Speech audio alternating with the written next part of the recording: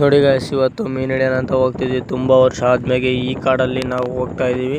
ಯಾಕಂದರೆ ನಾನು ಸಣ್ಣವನಿದ್ದಾಗೆ ಕುರಿ ಕಾಯ್ಬೇಕಂತ ಈ ಕಾಡೊಳಗೆ ಬರ್ತಿದ್ದೆ. ಇವಾಗ ಭಾಳ ದಿವಸನೇ ಆಯಿತು ಗಾಯ್ಸ್, ತುಂಬ ಅಂದರೆ ಒಂದು 3 ವರ್ಷ ಆಯಿತು ಗಾಯ್ಸ್ ಈ ಕಾಡೊಳಗೆ ಬಂದುಬಿಟ್ಟು. ಅಂದರೆ ನಾವು ಇವಾಗ ಯಾವ ಕಾಡೊಳಗೆ ಅಂದರೆ ಇಲ್ಲೇ ಪಕ್ಕದಲ್ಲಿ ಮಡಕ್ನಳ್ಳಿ ಅನ್ನೋ ಊರು ಪಕ್ಕ ಕಾಡಿರೋದು. ಆ ಕಾಡೊಳಗೆ ಹೋಗ್ತಾ ಇದ್ದೀವಿ. ಹೋಗ್ಬಿಟ್ಟು ಅಲ್ಲಿ ಮೀನು ಹಿಡಿಬೇಕು ಕೆರೆಯಲ್ಲಿ, ಅದಕ್ಕೋಸ್ಕರ ಹೋಗ್ತಾ ಇದ್ದೀವಿ. ನೋಡಿ ಗಾಯ್ಸ್, ಈ ಕಾಡು ಯಾವ ಥರ ಐತಿ ಅಂದರೆ ಸಾಮಾನ್ಯ ಇಲ್ಲ ಗಾಯ್ಸ್. ಈ ಕಾಡು ಒಳಗೆ ಬರೋಕ್ಕೆ ಏನೋ ಒಂಥರ ಫೀಲ್ ಇದೆ ಗಾಯ್ಸ್. ಯಾಕಂದರೆ ಈ ನೀಲಗಿರಿ ಮರಗಳು ಇವೆಲ್ಲ ನಾವು ಸಣ್ಣರಿದ್ದಾಗ ಹೆದರ್ಕೊಂತಿದ್ವಿ ಗಾಯ್ಸ್. ನಾವು ಸಣ್ಣರಿದ್ದಾಗ ಹೆದರ್ಕೊತಾ ಇದ್ವಿ. ಯಾಕಂದರೆ ಈ ಕಾಡೊಳಗೆ ಅವಾಗ ಕರಡಿ ಅವೆಲ್ಲ ಇದ್ವು ಗಾಯ್ಸ್. ಇವಾಗೂ ಇದ್ದಾವೆ. ಯಾಕಂದರೆ 6 ಗಂಟೆ ಮೇಲೆ ಪಟ್ಟಿ ಇಲ್ಲಿದ್ದರೆ ಎಲ್ಲ ಕರಡಿಗಳೆಲ್ಲ ಕಾಟ. ಯಾಕಂದರೆ ಚಿರತೆನೂ ಇದೆ ಅಂತ ಹೇಳುತ್ತಾರೆ ಗಾಯ್ಸ್ ಈ ಕಾಡಲ್ಲಿ. ಹಂಗಾಗ್ಬಿಟ್ಟು ನಾವು 3 ಗಂಟೆ ಟೈಮಿಗೆ ಹೋಗ್ತಾ ಇದ್ವಿ ಗಾಯ್ಸ್. ಹೋಗ್ಬಿಟ್ಟು ಬಡನ ಹಿಡ್ಕೊಂಡು ಬರಬೇಕು ಗಾಯ್ಸ್. ಯಾಕಂದರೆ ಸ್ವಲ್ಪ ಟೈಮ್ ಆದರೂ ನಮ್ಮ ಪ್ರಾಣಕ್ಕೆ ನಮಗೆ ಅಪಾಯ. ನೋಡಿ ಗಾಯ್ಸ್, ಫೈನಲಿ ಮೀನು ಹಿಡಿಯೋ ಜಾಗದ ಹತ್ರ ಬಂದರು. ಇವರೇ ನಮ್ಮ ಮಾವ. ಇಲ್ಲಿ ಬಂದುಬಿಟ್ಟು ನಗ್ತವ್ರು. ಅವ್ರು ನೋಡಿ ನಾನು ಕ್ಯಾಮ್ರಾ ಹಿಡ್ಕೊಂಡು ನೋಡಿದ್ರೆ ಇದೇ ಗಾಯ್ಸ್, ಇಲ್ಲೇ ಎಲ್ಲ ಮೀನು ಹಿಡಿಬೇಕು. ಎನಿ ಟೈಮ್ ನೀರು ಹರಿತಾನೆ ಇರುತ್ತೆ ಈ ಜಾಗದಲ್ಲಿ.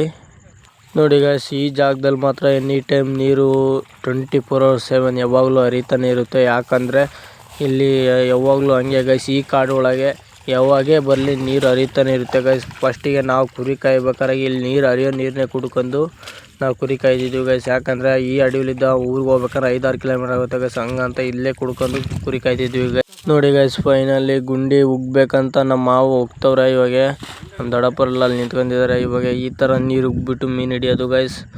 ಯಾಕಂದರೆ ಹಂಗೆ ನೀರೊಳಗೆ ಸಿಗಲ್ಲ ಗಾಯ್ಸ್. ಯಾಕಂದರೆ ಆಪು ಎಲ್ಲ ಇದೆ ಗಾಯ್ಸ್, ಅದಕ್ಕೋಸ್ಕರ ಸಿಗಲ್ಲ ಅಂತ ನಾವೆಲ್ಲ ನೀರೆಲ್ಲ ಮೊದಲು ಕಡೆಗೆ ಹಾಕ್ಬಿಟ್ಟು ಆಮೇಲೆ ಹಿಡ್ಕೊಳೋದು ಗಾಯ್ಸ್. ಅದಕ್ಕೋಸ್ಕರ ಎಲ್ಲ ನೀರೆಲ್ಲ ನಮ್ಮ ಕಡೆಗೆ ಎತ್ತಾಕ್ತಾ ಇದ್ದಾರೆ. ನೋಡಿ ಗಾಯ್ಸ್, ಎತ್ತಾಕ್ತವ್ರೆ. ಇವಾಗೆಲ್ಲ ನೀರು ಎತ್ತಾಕಿರೋದೆಲ್ಲ ತಗೊಂಡ್ಬಿಟ್ಟು ಆಮೇಲೆ ಅಲ್ಲಿ ಎಷ್ಟು ಸಿಗುತ್ತೋ ಅಷ್ಟು ಮೀನು ಹಿಡ್ಕೊಳೋದು ಗಾಯ್ಸ್. ಹಿಡ್ಕೊಂಬಿಟ್ಟು ಆ ಕಡೆ ದೊಡ್ಡ ಕೆರೆ ಇದೆ ಅಲ್ಲಿಗೆ ಹೋಗ್ಬೇಕು ಗಾಯ್ಸ್. ಯಾಕಂದ್ರೆ ಇಲ್ಲಿ ಭಾಳ ಇಲ್ಲ, ಅದಕ್ಕೋಸ್ಕರ. ನೋಡಿ ಗಾಯ್ಸ್, ನಾವು ಸಣ್ಣವರಿದ್ದಾಗ ಈ ಕೆರೆ ಒಳಗೆ ಇಳಿಯೋಕೆ ಹೆದರ್ತಾ ಇದ್ವಿ ಗಾಯ್ಸ್. ಯಾಕಂದರೆ ಒಳಕಿದೆ ನೀರು. ನಮ್ಮಣ್ಣರೆಲ್ಲ ಒಳಕಿದೆ ನೀರು ಇಳಿಲೇಬೇಡ್ರಿ ಅಂತಿದ್ರು.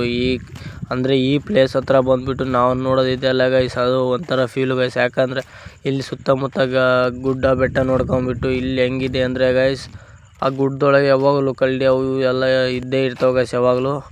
ಅದರೆಲ್ಲ ಫೈನಲಿ ಇಲ್ಲಿ ಬಂದುಬಿಟ್ಟು ನೀರೆಲ್ಲ ಇದು ಮಾಡೋದು ಗಾಯ್ಸ್. ನೀರೆಲ್ಲ ಅದ್ರಾಗೆ ದೇವಬೇಕು ಸಿಗುತ್ತೆ ಮೀನು. ಚಿಕ್ಕ ಮ್ಯಾಗೆ ತೋರಿಸ್ತೀನಿ ಗಾಯ್ಸ್ ಯಾವ ಥರ ಇದಾವಂಥ ಮೀನುಗಳೆಲ್ಲ. ನೋಡಿ ಗಾಯ್ಸ್, ಫೈನಲಿ ಇಷ್ಟು ಮೀನು ಹಿಡಿದಿದ್ದೀವಿ ಗಾಯ್ಸ್. ನಾವು ಪುಟ್ಟೆ ಹಾಕಿದ್ವಲ್ಲ ಇಷ್ಟು ಮೀನು ಎಲ್ಲ ಇವು ಜುಲಾಬಿ ಅಂತ ಕರೀತಾರೆ ಗಾಯ್ಸ್ ನಮ್ಮ ಕಡೆ.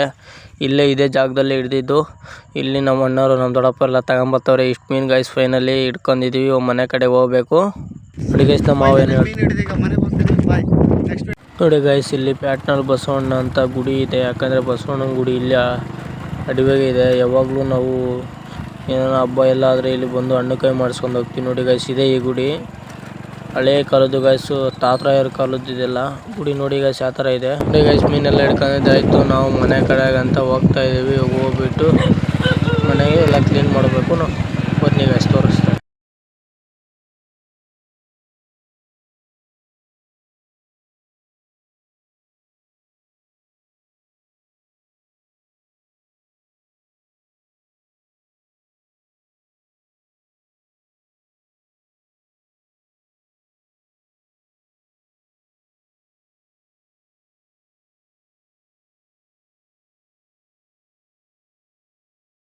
ಇವಾಗ ಏನು ನೋಡ್ತಾ ಇರ್ಬೋದು, ನಾವು ಹಿಡ್ಕೊಂಬಂದ್ರೆ ಕೆರೆ ಮೀನು ಇವು. ಇವಾಗ ತಾನೇ ತೋರಿಸೋದಲ್ಲ ಆ ಮೀನು.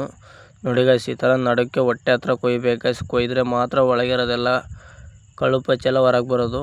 ಈ ಥರ ಕೊಯ್ದುಬಿಟ್ಟು ಹಿಂಗೆ ತೆಗಿಬೇಕು ಗಾಯ್ಸ್.